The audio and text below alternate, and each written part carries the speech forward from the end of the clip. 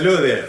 Welcome back to our relationship enrichment program where we explore God's heart as we build relationships, marital relationships, one conversation at a time.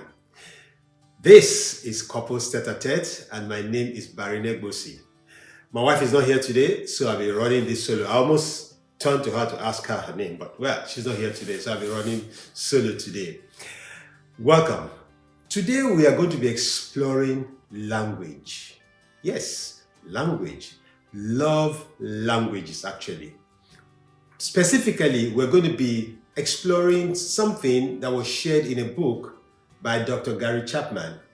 In his book titled 5 Love Languages, Gary Chapman is telling us that every individual has a language. Now, if you don't understand the language I'm speaking, you won't understand what I'm saying. What do I mean?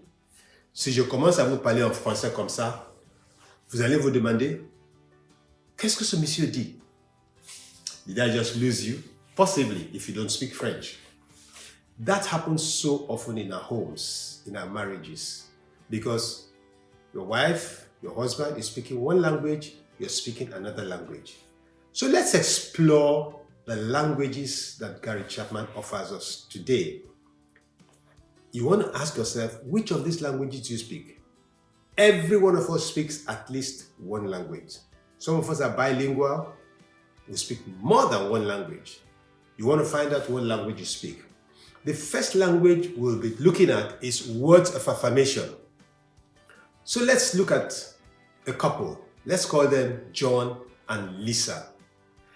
John feels deeply touched. He feels deeply loved when Lisa says appreciative words, says things like, thank you for taking care of us, thank you for helping to do the dishes, thank you for doing the laundry. But the truth is, Lisa rarely says those words. And John is hurt because those are words that mean a lot to him. Now, you might be surprised that we're talking about the man wanting words of affirmation. Oh yes. Most women think that men don't want to be affirmed. Men don't want to be appreciated. But that's not right. Each time Lisa commends John, appreciates John for something that he has done around the home, he feels like his head is twice its size. When she starts using words to affirm him intentionally, their relationship deepens, it blossoms. So, does your spouse speak the language of words of affirmation? Do you appreciate her when she does things? It might be a thing as simple as giving you a meal. And I've said as simple in parentheses because trust me, making a meal is not a simple matter. It takes a lot of effort. It takes a lot of thought. Quick story. One of the constant conversations my wife and I used to have in our early days of marriage was, what do you want for dinner? And I'll say, anything. It's like, anything is not food. Tell me something specific. You see, and I got to understand that when I say anything, I push the responsibility to her to think through what she has to prepare. So she does the thinking, she does the preparation. That's double work. If I had offered something and said I wanted this particular thing, she would be easier in the way she approaches it. Now, for me, it was a matter of, I'm making life simple for you, so whatever you offer me, I will take. But I digress. Words of affirmation. After she's gone to the trouble to prepare that food, to do that chore, affirm her. Appreciate her. Tell her how happy you are about what she's done. So, words of affirmation is one love language. Let's look at the second love language. Second love language is quality time. Quality time. Let's meet another couple. Let's call them Tunde and Chioma. Tunde feels neglected because Chioma is often glued to her phone or occupied with the children. So Chioma has 2 good excuses for not spending time with her husband Tunde. She has a phone, she has people she has to contact, there are things she needs to do. Sometimes it's work, sometimes it's pleasure, scrolling through all manners of channels. Or the focus is on the children. And because of that, she's unable to give time to her husband. It might be the other way around. He comes back from work, he's busy, he's been busy all day at work, so he comes back, he's tired. All he wants to do is lie down, lounge, when dinner is ready, eat dinner, lounge some more, fall asleep in front of the television, and the TV starts watching him, whereas he was watching the TV earlier on. That's all he wants to do. But his wife wants to spend time with him. She's been home all day maybe. She wants to be able to share her thoughts, share her experiences, share the things that have gone on during the day. But coming back to Tunde and Chioma, they now decided, you know what? We'll spend 30 minutes every day together. So when we get back from work, we put the children to bed, dinner is done, we'll just sit down together and chat for 30 minutes. Those 30 minutes became a precious time for both of them. And the bonding got so good. Intentionally spend time, especially when you realize that your spouse's love language is quality time. You want to be able to spend time with your spouse because that's the language you speak. Speak their language and your relationship will improve. We're looking at love languages by Dr. Gary Chapman. The third love language is receiving gifts. Receiving gifts. For some people, that's how you express love to them. Now, they might not be looking for big things. They're not asking you to buy a car for them. They're not asking you to build a house every time. It might be something as small as 200 naira worth of suya. It might be a bar of chocolate. It might be a nice little gift that you've just found in a store as you were doing your other shopping. But if that's the language your wife speaks, if that's the language your husband speaks, speak that language to him. Speak that language to her. And you see the difference that it makes. So, receiving gifts is some people's love language. So we've looked at words of affirmation, we've looked at quality time, we've looked at receiving gifts. A lot of people are unhappy if on their birthday, not just do you not remember it, you don't even give a gift. And I want to speak to the men especially. We are very, very good at forgetting our wives' birthdays, even our children's birthday. In fact, I met a man who did not remember his own birthday. And I'll tell you that quick story. I used to work for Xerox, and I had a habit. These were the days before cell phones, before the internet, you couldn't record things, but I had a diary, and I would get my secretary to record the birthdays of every one of my staff, and I had staff in 9 states of the Federation in Nigeria, record all of their birthdays, and on their birthdays, I would send out a card to the particular staff. And this particular day, a staff received his birthday card. He was in a different location from me, and he calls me up. And he says, "Sir, thank you so very much. You sent me a card. You remembered my birthday." I said, "Oh yeah, sure, why not? Congratulations, happy birthday." He said, "Sir, even my wife did not remember my birthday. I'm going home to go and fight my wife." "Yeah, going home to fight your wife." So I said to him, "Did you remember there was a birthday?" He said, "Sir, actually I did remember." I said, "Now, you that own the birthday, you that possess the birthday, or the birthday is possessed of you, you didn't remember it. Why are you now complaining that your wife did not remember the birthday?" I said, "Leave the poor woman alone, don't fight anybody."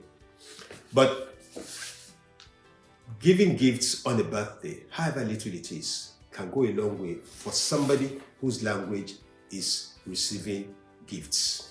So, words of affirmation, quality time, receiving gifts. Which is your language? What language does your wife speak? What language does your husband speak? Learn their language and speak it. Let's go on to the fourth love language. This is acts of service. Acts of service. As the name implies, it's actually doing things. You know, around the home, there are a lot of chores. Let's face it.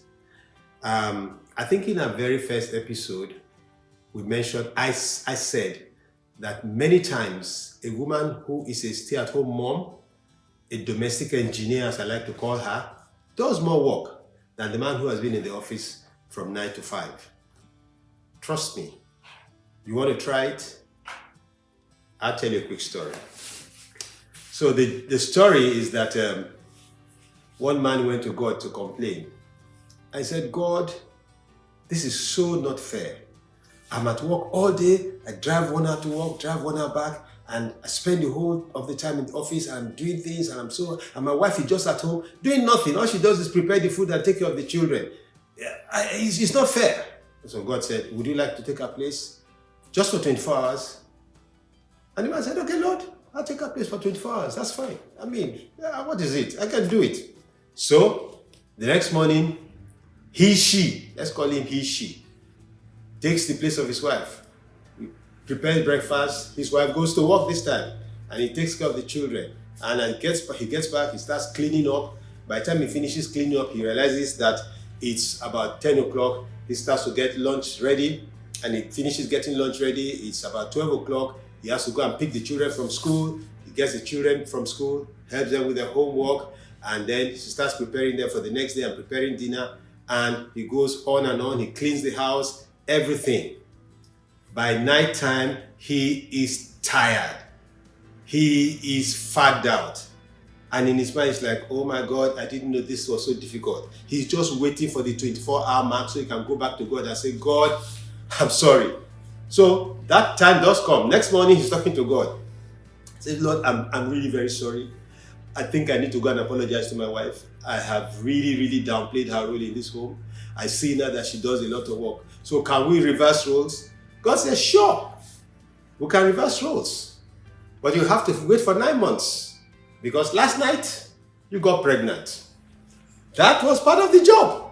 He had to do everything. So acts of service, helping out. So let's look at our dear lady, who's called her Evelyn today. You know, she felt buried under a lot of housework. And her husband, Mark, didn't seem to notice it. He didn't seem to care. Until one day, somehow, for some reason, Mark decided to do the dishes. Evelyn was ecstatic. She was so excited. She was like, thank you. That action spoke louder than 1,000 I love yous. Mark had always said, I love you. But because for her, acts of service was her language, her love language. When her husband came to help her with acts of service, it just really, really impressed her and made her so excited, made her so happy. So, what's your love language? Is it acts of service? Trust me, if your spouse speaks it, he will see the difference because he will know that you appreciate it. So sometimes love is like rolling up your sleeves. It's not just talk. It's actually like rolling off your sleeves. That's the takeaway from this. Love is rolling off your sleeves and getting involved with the children, with the cleaning, with taking out the laundry, with taking out the trash, with helping in the compound, in the premises, clearing up things, doing the dishes, whatever it is. Get involved. So many times, men especially think this is women's work. Sorry, it's actually your work. Remember how this thing played out in the Garden of Eden?